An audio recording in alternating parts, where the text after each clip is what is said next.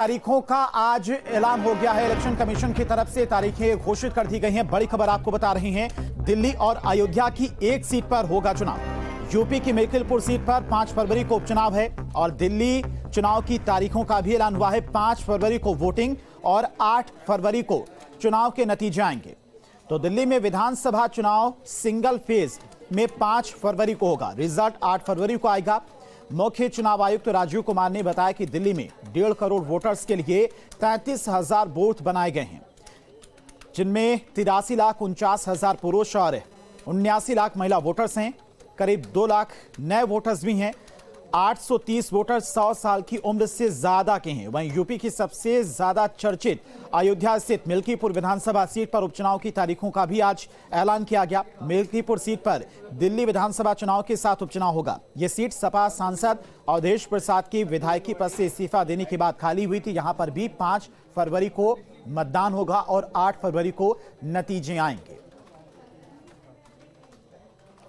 तो दिल्ली में विधानसभा चुनाव सिंगल फेज में 5 फरवरी को होगा, यानी कि 5 फरवरी को दिल्ली की सभी विधानसभा सीटों पर एक साथ मतदान होगा और 8 को नतीजे आएंगे।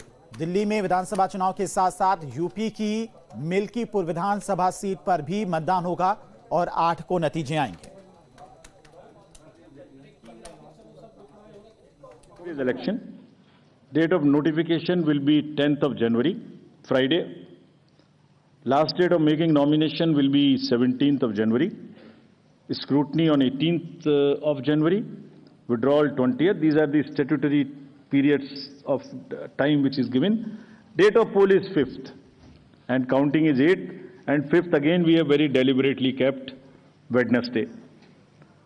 क्योंकि हम सोचते हैं सब दिल्ली वाले वोट करें, इसलिए इस बार भी महाराष्ट्र की तरह हमने इसको वेडनेसडे में रखा है। In by-polls also in Milkipur in UP and Erode in Tamil Nadu.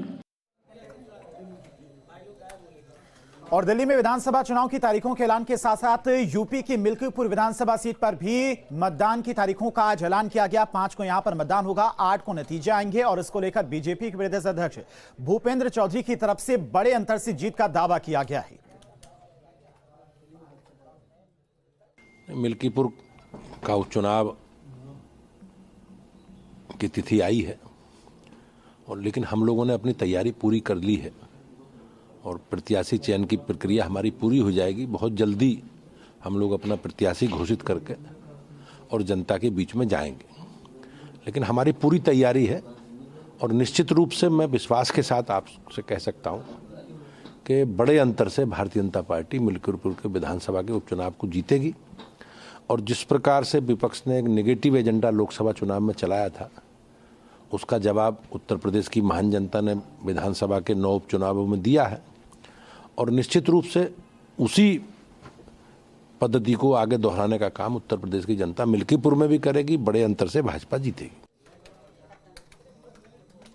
और लखनऊ में मुख्यमंत्री योगी आदित्यनाथ ने सीमावास और महत्वपूर्ण बैठक की है। बैठक में सभी विभागों के अधिकारी